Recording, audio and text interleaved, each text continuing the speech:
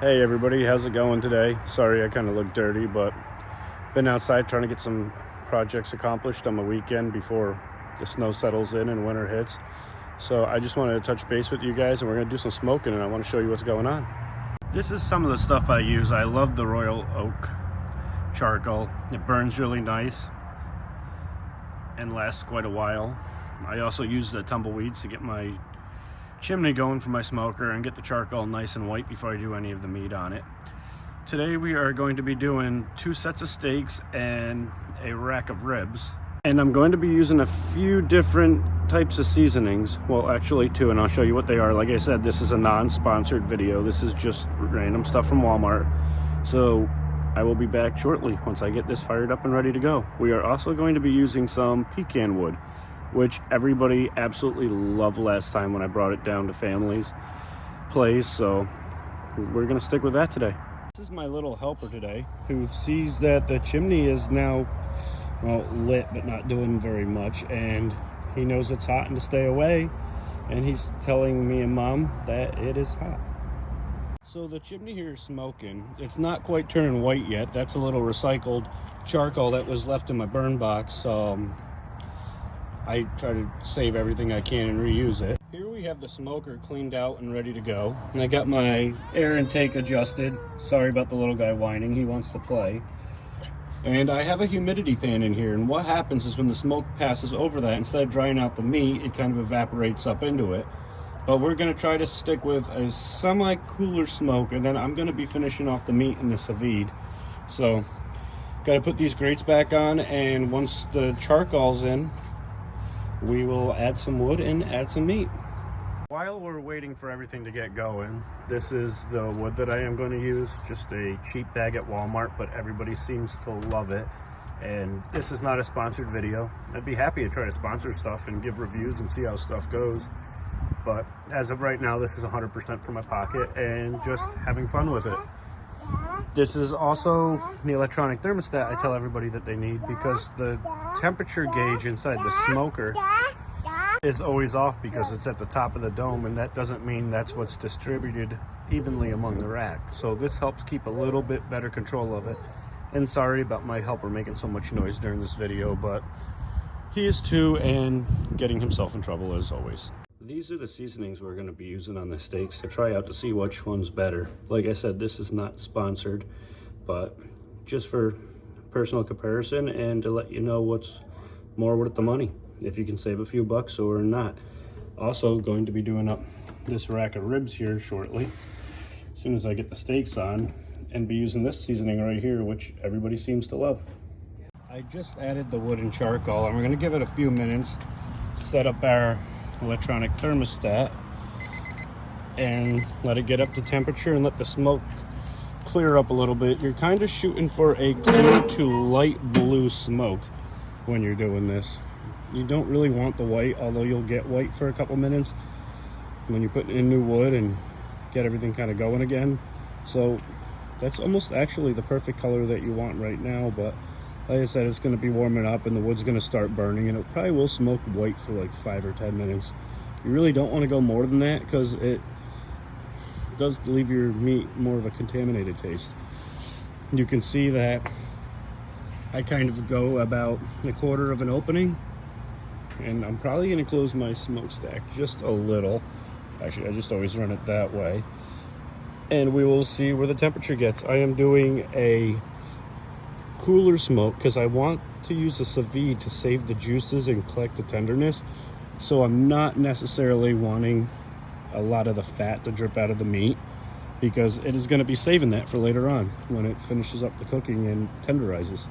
Here's our ribs, and if anybody doesn't know this, you need to remove the gray skin. It gives it a much better taste and texture, which is right here. It is tough for me to do that while holding the camera, so I'm gonna have to let you go, but I've learned the best way to do it is wrap a paper towel around and you just try to peel it once you get a spot started.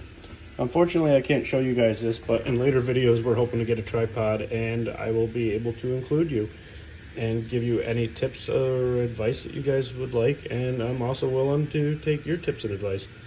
I will be back in a moment. All right, so everything is added. There's our ribs with the rib seasoning, and here's our steaks. That's maple bourbon, and that one back there is steak seasoning.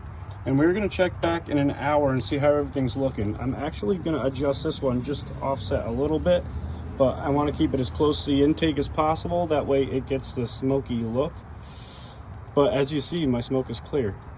I know this hat needs to be cleaned. I use it every day at work, but I'm gonna teach you guys something right now. This is all stuff I learned as a beginner, and sorry, my thermometer somehow got clouded up. I wanna bring it in the house before winter and it freezes, but you can see that's like 275, pushing 300 degrees. Or is it? Check this out. The actual current temperature next to my ribs where I'm cooking them is only 152 degrees, which I am fine with. You kind of want, I think it's 169 to slow cook them in my sous vide.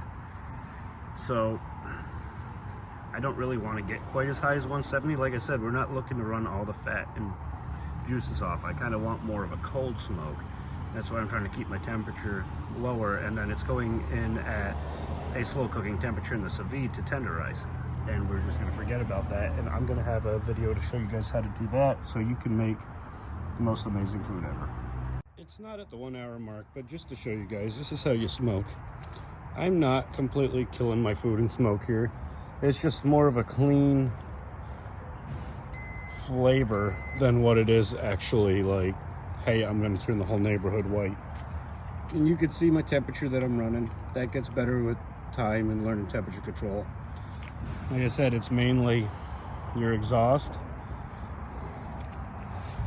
your intake, and then you got to remember, like, is it windy out? Is the wind blowing right in your intake? You kind of got to play with it and move it around a little.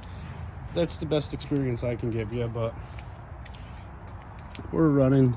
I can't really see it. I need to upgrade or at least let that dry out. I'm gonna say 2 1/4, 250 on that, but it's only 176 here, which is fine. We're not looking for any form of real fat drip.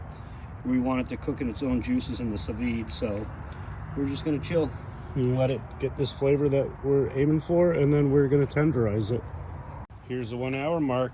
It's almost like Food Network without the subscription. That looks like some good stuff right there.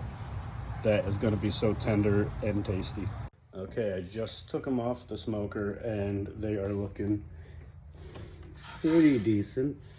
I'm gonna start up the sous vide and give them a couple hours real slow cook just to fully tenderize them right now, but if you ask me, they're looking pretty good. I absolutely hate daylight savings time, but yeah, it's getting dark already. But let's check it out and see how our ribs are doing. Currently running at 176 degrees, and oh my, does that look pretty friggin' good. Just slide these away from the smoke just a little. Get the top end in there. I'm gonna be finishing up here shortly, but